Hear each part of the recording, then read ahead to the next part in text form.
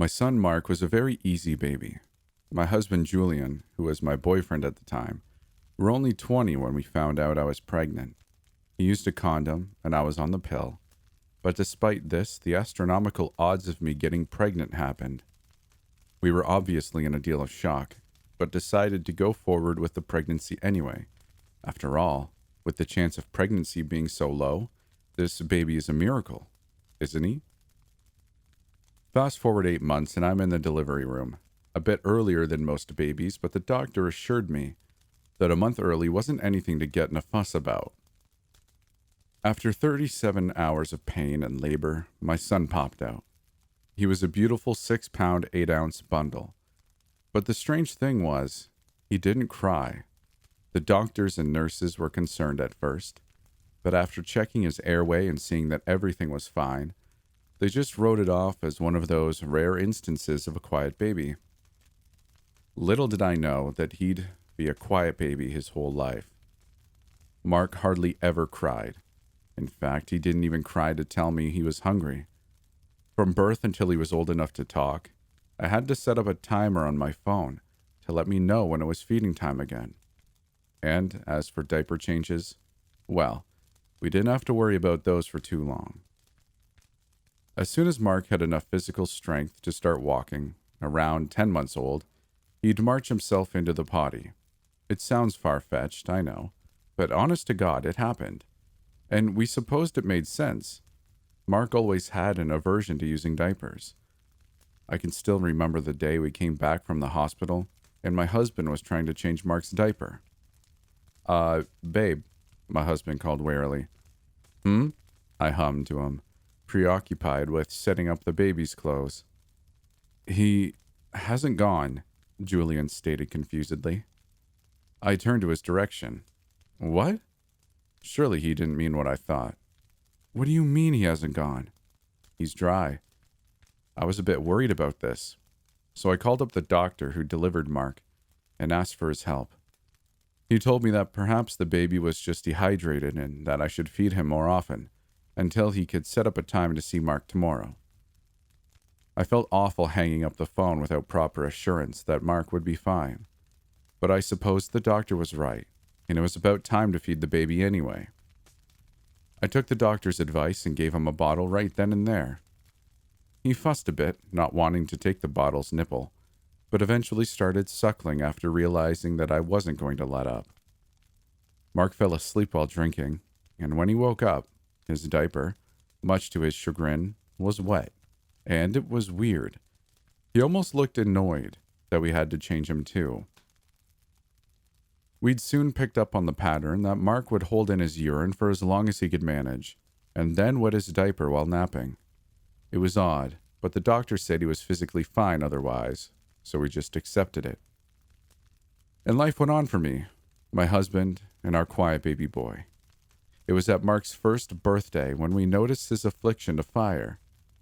We had put one small candle on his cupcake, and after lighting it, Mark covered his eyes. He didn't cry. No, Mark never cried. But instead he covered his eyes and started shaking his head, repeating no over and over. Julie and I exchanged a look of concern before blowing out Mark's candle and cooing to him. It's all right, baby. It's gone, I assured. Mark slowly lifted his hands from his eyes and looked up to us. His eyes were glossy, like there may have been tears present, but none fell. We scooped him up and hugged him. No more candles, okay? He squeezed me back, and I took it as an okay. And everything else about that day went fine.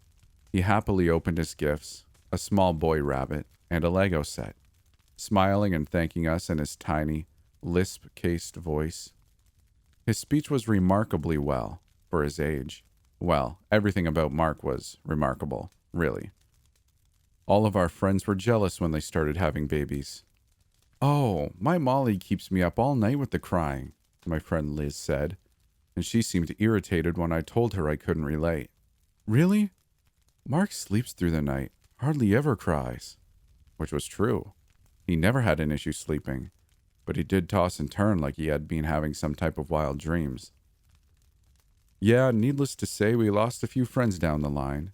You'd never think it, but mamas are the most cold-hearted bitches when it comes to anyone but their own kids. But we got new friends as Mark got older.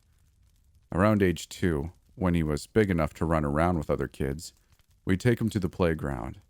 There we met Stacy and her daughter Kayla. They were the same age, but Mark seemed disinterested in her pleas to play. Kayla tugged his shirt, begging him to build a sandcastle with her, but he just stared at me with a bored expression. I called him over and tried to reason with him. Just go and play with her, even if you find it boring, okay? He sighed and went off to build a castle. By now I pretty much knew what Mark was. He was an old soul, a kid who thought he was grown up and very much lacked interest in things kids his age would normally like. After a few months of getting to know Stacy, she invited me, Julian, and Mark to eat at a restaurant her and her husband owned. We happily agreed and got dressed in our best outfits. Mark even had an adorable little bow tie, which he actually said he liked. But what we didn't know was that the restaurant was one of the kinds where they cook the food in front of you. By now, we had known to avoid fire at all costs, no longer using candles at birthdays or taking advantage of the fire pit we had been given as a housewarming gift. We sat at the table. Mark places himself in Julian's lap. Stacy and her husband Kev sat in a row beside us. Eventually, a man came out, took our orders, and began to cook. We watched in awe as he tossed an egg into the air and caught it on the blade of his knife. Even Mark perked up and gave an amazed wow. Everything was going smoothly until the damn chef got out a bottle of oil and doused it on the stovetop. It happened in slow motion. The oil reacted with whatever it was on the stove and created a huge flame. We watched as the flame shot up in the air, and Mark jumped back into Julian's chest, giving an ear-piercing shriek. He grabbed onto Julian for dear life. He even soiled himself in surprise and fear. Then, for the first time in his life, Mark began to cry. Not just any cry. No, Mark let out the most pained, most heart-wrenching cry I'd ever heard. We were in shock for a moment. God, I'm so sorry, the chef apologized. No, you're fine, I assured. We should get him home, I said to Stacy and Kev. They apologized profusely for upsetting Mark, but Julian and I assured them it wasn't their fault. We got Mark in the car and covered his soiled trousers with a blanket until we got home. He sat in the car seat with his thumb in his mouth and tears lacing his cheeks. Both of those things he'd never done. Up until tonight, I thought Mark would rather eat a bug than cry or suck his thumb. When we got home, I drew Mark a bath. He was still giving little sniffs and whimpers while he bathed. I felt awful, wanting nothing more than to help my little baby boy feel better. Julian and I laid with Mark in our bed after the bath, rubbing his back. I exchanged a look with Julian, and he knew what to do next.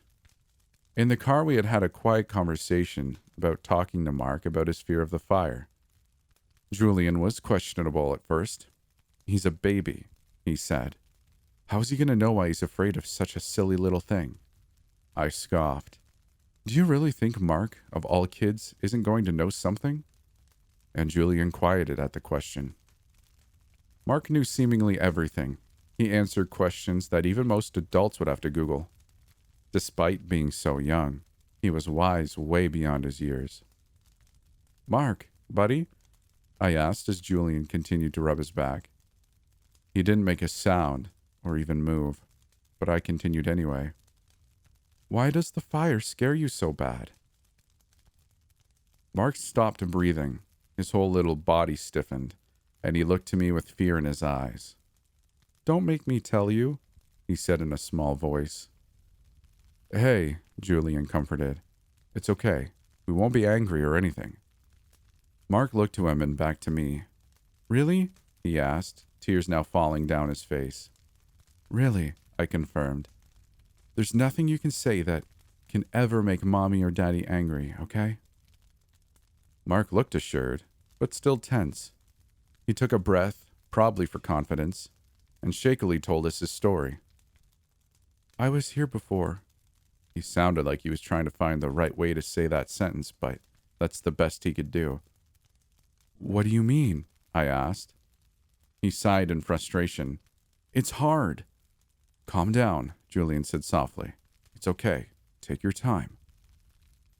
Mark sat quietly for a few moments. You could see the gears in his mind turning, trying to find the words to explain what he was thinking. Finally, he spoke. I was here before. Lived before, a long time ago. I think my soul left my body.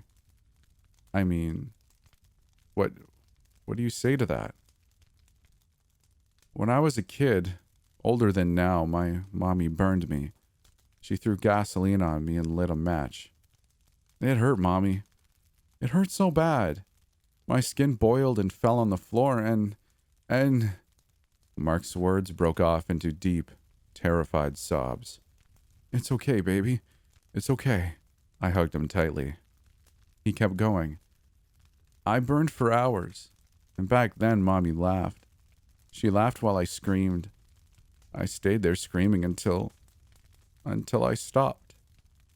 He became less frantic now and continued to hold me tightly.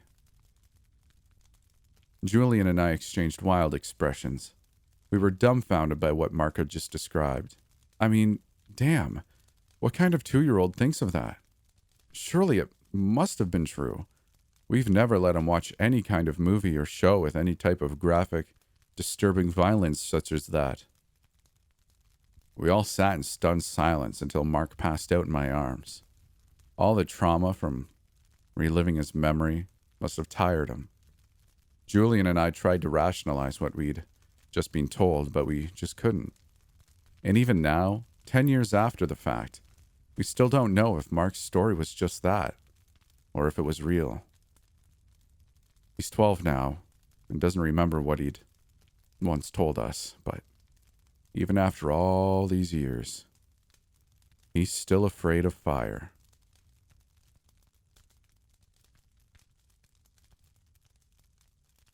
This happened a while ago.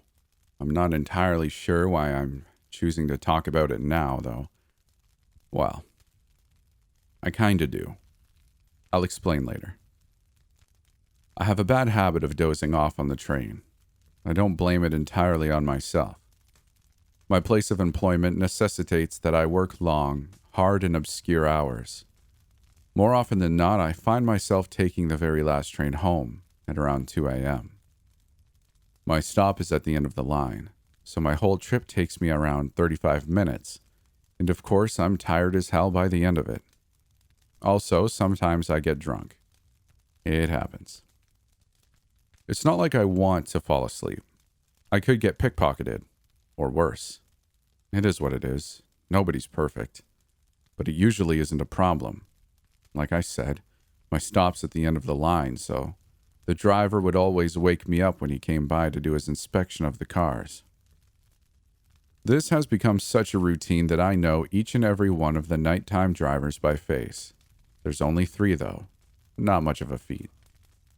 One of them is a quiet, gruff-looking gentleman in his mid-50s. One was even older, a South Asian man appearing to be in his 60s at least. The last guy was younger, possibly mid-20s. This guy had always had extremely messy hair. This roster of drivers had remained the same for the past 3 to 4 years. All super nice guys, mind you. I had no reason to complain. I knew these people and I was comfortable with them. I expected to see them. So you could imagine my shock when I woke up to see an unfamiliar face staring down at me one night. I'd been out drinking and was about 2 or 3 beers away from throwing up my insides. Safe to say, I was not in the most alert state. It was still a jarring sight nonetheless. This guy must have stared at me for 10 seconds straight without saying a word. His appearance certainly didn't help either. I'm not one to judge looks, but this dude was beyond freaky. Have you ever seen Lost Highway? Remember that phone call scene with the mystery man? Well, that's roughly what he resembled. A bit younger, though. His face was nearly ghost pale and his eyes were wide and beady. His smile was unsettling at best and insanity-inducing at worst. On top of that, there was a hole in his neck. A damn hole. I could see straight through it. "You've reached the end of the line," he said. His voice was normal enough, especially given his throat, but his tone sounded like the one a child would make when he knew about something that his friends didn't. Shoot. Yeah, sorry. Guess I dozed off again." It took all the strength I had not to focus on his neck hole, especially if the other option I had was to look into his eyes. He stopped leering at me and stood straight. He must have been about 6'6" or 2 meters tall. Also, strangely muscular for his height. An intimidating presence, to say the least. He stood still for a moment, trapping me in place. I was expecting him to say something, after all. But he didn't. Instead, he just took off. After taking a second to adjust to the weirdness, I got off and began walking to the doors. I'd never been more ready to go home at that point. But the door didn't open. I pressed the button, but nothing happened. "What the hell?"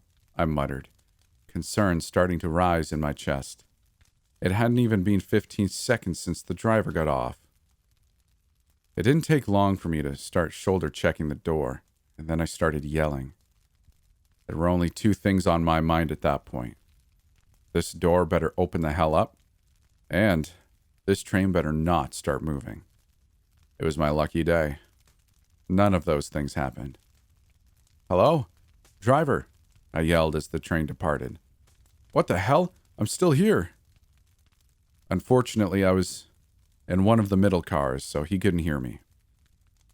One of my coworkers, Alan, had been on the train with me before I passed out. I also knew for a fact that he also got off at the end of the line, but I was alone. He was nowhere to be seen. I continued slamming on the doors and pressing the emergency stop button, but one thing was quickly becoming certain. This thing wasn't stopping. I sat down, resigned to my sudden fate. What the hell's going on? I thought to myself. The situation was truly bizarre. The driver would have had to sprint to the cab, prevent the doors from opening, and then drive off. This was all with the knowledge that some guy might still be on the train. What the hell was his problem? Truth be told, I had no idea where trains went after hours. I just hoped that it wouldn't be too far. After all, my city wasn't huge, and the tracks had to end at some point. I looked out the windows, but it was mostly dark. A few buildings still had lights on, but not many. Not surprising in the dead of night. I tried calling Alan, but he wouldn't pick up. I cursed again. 15 minutes passed and I was starting to lose it. What the hell is this crap? I thought. We were approaching the edge of the city. I was 99% certain that the tracks did not extend this far. It felt like I was having a fever dream. My hands were shaking and I was on the brink of hyperventilating. To combat that, I closed my eyes and started taking deep breaths. It's fine. It's all right, I thought. The driver's just a damn idiot. Maybe I'll be compensated for this crap show. Yeah. Free transit for a year. That's the least they could offer me. After calming myself down, I opened my eyes back up. It was still dark. I nearly screamed in frustration.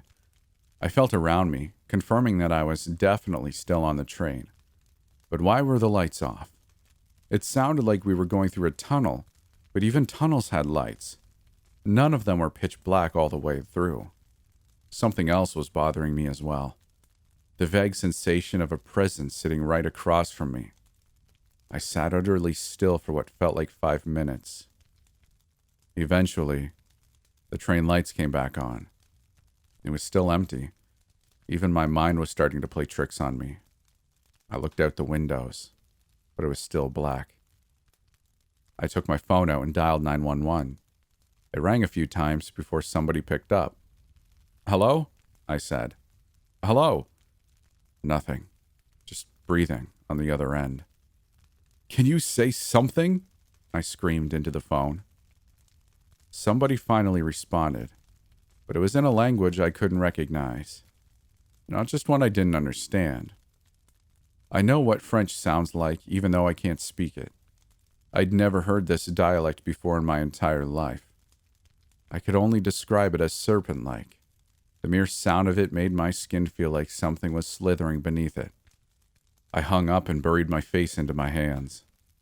"This is not happening," I muttered to myself.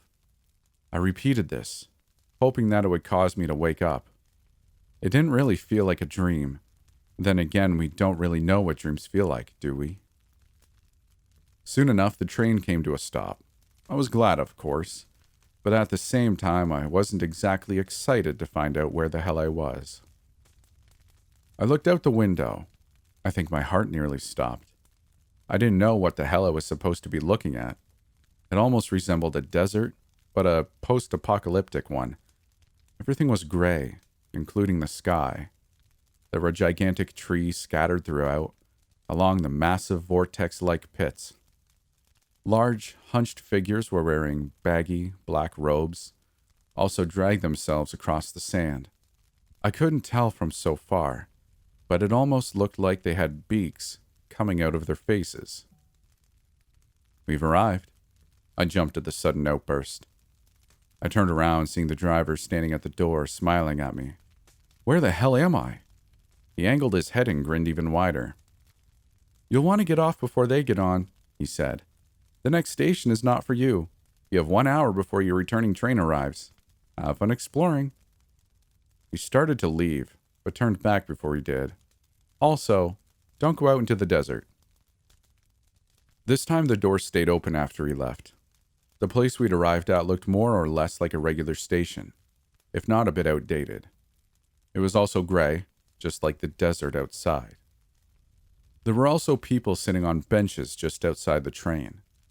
Well, I suppose they were people. They looked just like the driver. Pale, holes in throats, oddly tall and well-built.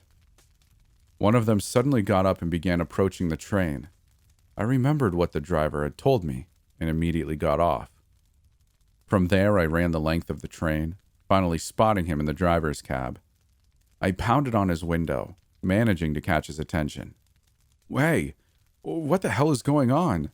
I asked him through the glass. I wasn't sure if he didn't hear me, or if he was just being a huge asshole, but he just grinned at me and waved. Seconds later, he started driving, leaving me in that godforsaken place. At the very least, the station was now empty. I walked over and sat on one of the benches. I took my phone out and tried checking the time. I say tried because everything on my screen was now in gibberish, presumably the language that I'd heard earlier. 1 hour. I just had to wait for 1 hour, and then I'd be back, or I'd wake up. Hopefully the latter. But before it even felt like 5 minutes, something wandered onto the platform. I didn't look over at it. However, I was sure as hell this thing was looking at me.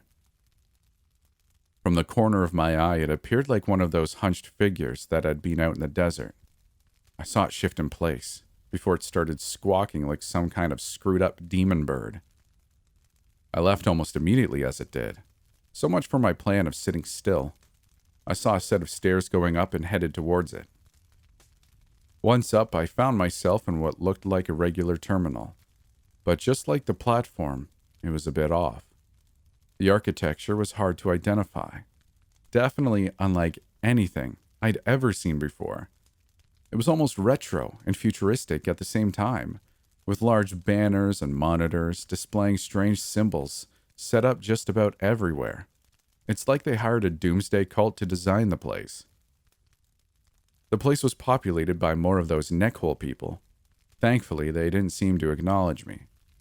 I decided to walk around for a while, hoping that the hunched thing would be gone once I headed back down. Maybe a minute later, everybody stopped and directed death stares at me. Their expressions were so full of malice that I could feel my skin begin to crawl. I noticed that some of their eyes weren't directed at me, but at the space behind me. I slowly turned my head, seeing that the hunched creature had followed me up. I got a good look at it this time. I will probably never forget the sight of it. I was right. It had a beak, a large one. Its face nearly resembled some kind of alien bird-human hybrid. I stood still and began silently praying, not sure for what exactly. Almost in unison, the people opened their mouths to an unnervingly wide degree and began screaming. If this was a nightmare, this would have been the moment I woke up. But I didn't. The people began boxing me in, still screaming like damn banshees. I would take a step forward, and the crowd would move with me. The creature was also hot on my tail the entire time. Eventually, I just started running. I tried breaking through the crowd a few times, but I would just get pushed in another direction. After some time of this, I was pinballed out of the terminal entirely. These bastards had directed me into the desert, along with the hunched creature. Once I was out, they stopped screaming and shut the terminal door behind them. The creature began squawking again before lurching at me. I could do nothing but run as it chased me. Soon enough, every single creature in the vicinity was also on my ass. It was like a nightmarish chain reaction. There were numerous times where I nearly ran into one of those swirling pits. There was definitely something dwelling inside them. I could hear it. The sickening, slithering sounds of something large within. There was no end in sight. It was obvious that I couldn't run forever. The creatures started getting closer, and I could see them up close. Their beaks were wide open, with long, spiky tongues hanging out of them. The sight of it pushed me to continue running.